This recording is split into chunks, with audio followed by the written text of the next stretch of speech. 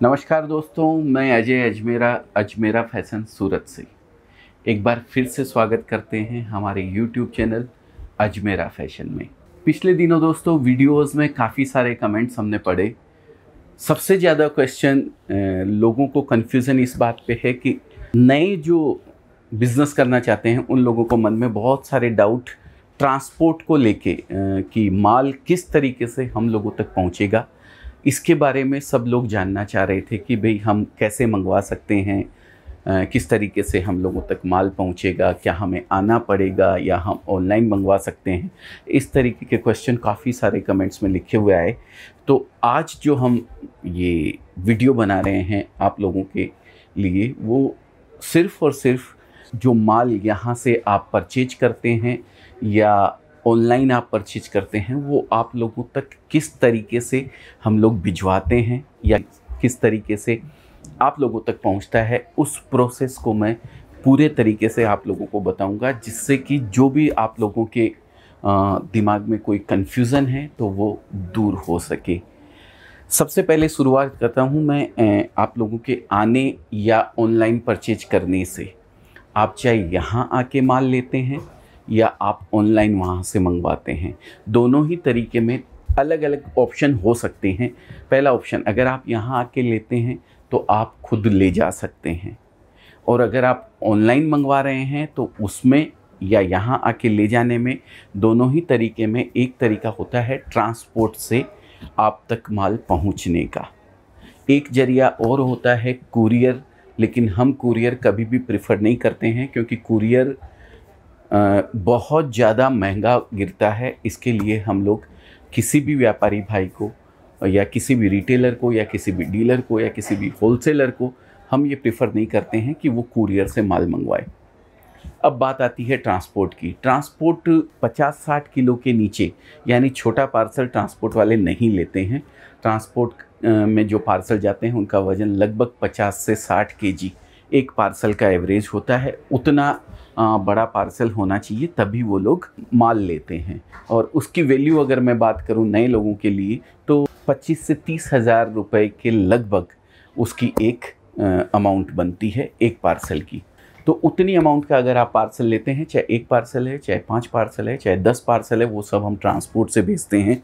और ट्रांसपोर्ट की बात करूं तो ट्रांसपोर्ट में आज अगर आपने हमें माल लिखवाया है या फिर आज आप यहाँ आके माल छांट रहे हैं तो वो माल नेक्स्ट डे हम अपने यहाँ से डिस्पैच करते हैं ट्रांसपोर्ट के अंदर, या तो नेक्स्ट डे नहीं तो थर्ड डे। डिपेंड करता है कि भाई आपके पहले जिन्होंने माल लिया है उनका डिस्पैच किस तरीके से हमारे यहाँ से हो रहा है।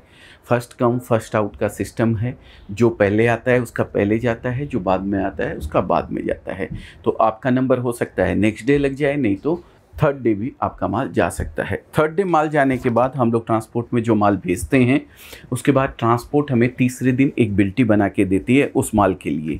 ये जो आप देख रहे हैं ये है बिल्टी, ये ट्रांसपोर्ट वाले हमें बना के देते हैं। ये हो सकता है एक पार्सल की हो, अगर आपने 10 पार्सल लिए हैं तो 10 पार्सल की अलग अलग 10 भी हो सकती है, या एक बिल्टी भी उसमें 10 पार्सल लिख के वो दे सकता है। इस बिल्टी के अंदर पूरी डिटेल आप लोगों को मिलती है, कितनी अमाउंट का आपने माल लिया है, कितना इसके ऊपर जो भी टैक्स वगैरह लगता है, ट्रांसपोर्टेशन जो लगता है, वो सब इसके अंदर रहता है। आपको माल वहाँ पे कहाँ मिलने वाला है उसके फ़ोन नंबर तक इसके अंदर अवेलेबल रहते हैं। तो आप हमारे यहाँ से परचेज करें या आप कहीं से भी परचेज करें, आपको ये बिल्टी तीसरे या चौथे दिन ज़रूर आप लोगों को सामने वाली पार्टी से फ़ोन करके या फिर आप वहाँ अवेलेबल हैं तो उनसे ज़रूर आपको मांग लेनी चाहिए।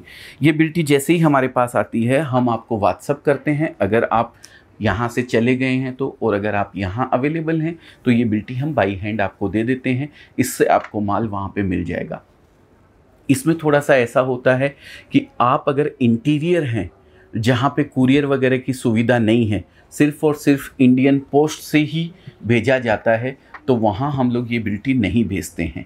वो बिल्टी हम अपने पास रखते हैं क्योंकि इंडियन पोस्ट से कोई भरोसा नहीं है। 15 दिन भी लग जाए, 20 दिन भी लग जाए, 1 महीना भी लग जाए, माल 7वें दिन 10वें दिन आप लोगों तक पहुँच जाता है। तो ये बिल्टी आप लोगों को वहाँ देनी ज़रूरी रहती है। आप इंटीरियर में अगर हैं तो वो बिल्टी हम अपने पास रख लेते हैं, आपको वो फ़ोन नंबर दे देते हैं जहाँ से आपको माल मिलने वाला होता है। उस फ़ोन नंबर पे आप कॉल करके अपना बिल्टी नंबर उनको बताएंगे तो वो आपको बोलेंगे कि हाँ आपका माल आ चुका है, आप अपनी बिल्टी लेके आइए और माल लेके जाइए। अगर बिल्टी आपके पास है तो आप जाएं और अपना माल ले लें वहाँ से, या फिर बिल्टी आपको नहीं मिली है तो आप हमारे यहाँ फ़ोन कीजिए, हमारे यहाँ से वो बिल्टी यहाँ के ऑफिस में, ट्रांसपोर्ट का जो यहाँ का ऑफिस है वहाँ पे वो बिल्टी सबमिट करवा दी जाएगी और यहाँ से एक मेल किया जाएगा आपके एरिया के ट्रांसपोर्ट वाले को कि भाई ये माल की बिल्टी हमारे यहाँ सबमिट हो गई है, आप आने वाली पार्टी जो भी हमने आईडी दिया है उस पार्टी को ये माल दे देवें, तो वो माल आपको वहाँ मिल जाता है। ट्रांसपोर्टेशन आपको वहाँ पे करना रहता है। इन सब के बीच में एक जानकारी जो रह गई वो सिर्फ आप लोगों को इतना बता दूं कि आप चाहे यहाँ आके माल लेते हैं या वहाँ बैठे आप मंगवाते हैं, दोनों ही ऑप्शन में माल यहाँ से ट्रांसपोर्ट से आपको जाता है तो उसकी लायबिलिटी हमारी रहती है। जब तक माल आपको मिल नहीं जाता है तब तक हमारी जवाबदारी है। किसी भी तरीके की रास्ते में कोई अनहोनी हो गई हो, ट्रक का एक्सीडेंट हो गया हो, आपका पार्सल चोरी हो गया हो, तो उसके लिए आपको परेशान होने की ज़रूरत नहीं है। हम या तो आपका पैसा रिफ़ंड करेंगे, नहीं तो आपको नया माल भेजेंगे। तो आप उसके लिए बिल्कुल भी चिंता नहीं करें। कोई भी ऑप्शन हो, चाहे आप आके लेके जाएं या आप वहाँ बैठे मंगवाएं, जवाबदारी हमारी रहेगी। तो उम्मीद करता हूँ दोस्तों कि आप लोगों को ट्रांसपोर्ट से रिलेटेड पूरी जानकारी मैं दे पाया हूँ। अगर इससे रिलेटेड कोई चीज़ आपको नहीं समझ में आई हो और आप जानना चाहते हो या कोई और टॉपिक हो जिसके बारे में आपको जानना हो कि किस तरीके से आप हमसे जुड़ के बिज़नेस करना चाहते हैं, तो कमेंट्स में ज़रूर लिख के भेजिएगा। हम पूरी कोशिश करते हैं, सारे कमेंट्स आपके पढ़ते हैं। जो भी टॉपिक पे हमें ज़्यादा क्वेश्चंस मिलते हैं हम उस टॉपिक पे वीडियो ज़रूर बनाते हैं। तो उम्मीद करता हूँ कि आप लोगों को ये वीडियो पसंद आया होगा। और फिर से एक बार गुजारिश करता हूँ, हमेशा की तरह खाली ना बैठें, खासकर महिलाओं के लिए सिर्फ हाउसवाइफ बन के ना रहें। अगर आपके पास समय है तो ज़रूर आपको कुछ न कुछ एक्स्ट्रा काम करना चाहिए, एक्स्ट्रा इनकम जनरेट का कोई भी एक साधन क्रिएट करना चाहिए। उसके लिए चाहे आप बिज़नेस करें साड़ी का या किसी भी चीज़ का, लेकिन इतना बोलता हूँ किसी भी बिज़नेस की तुलना में ये बिज़नेस जो कपड़े का बिज़नेस है, जो साड़ी का बिज़नेस है, 10 टाइम्स ईजी है बाकी किसी भी बिज़नेस की तुलना में। तो अगर आपके मन में ऐसा कुछ भी करने का इरादा है, आप सोचते हैं ऐसा कुछ करने के लिए, तो स्क्रीन पे दिया हुआ नंबर है, आप एक कॉल कीजिए, इसके बारे में सारी जानकारी आपको दी जाएगी। बहुत बहुत धन्यवाद। नमस्कार।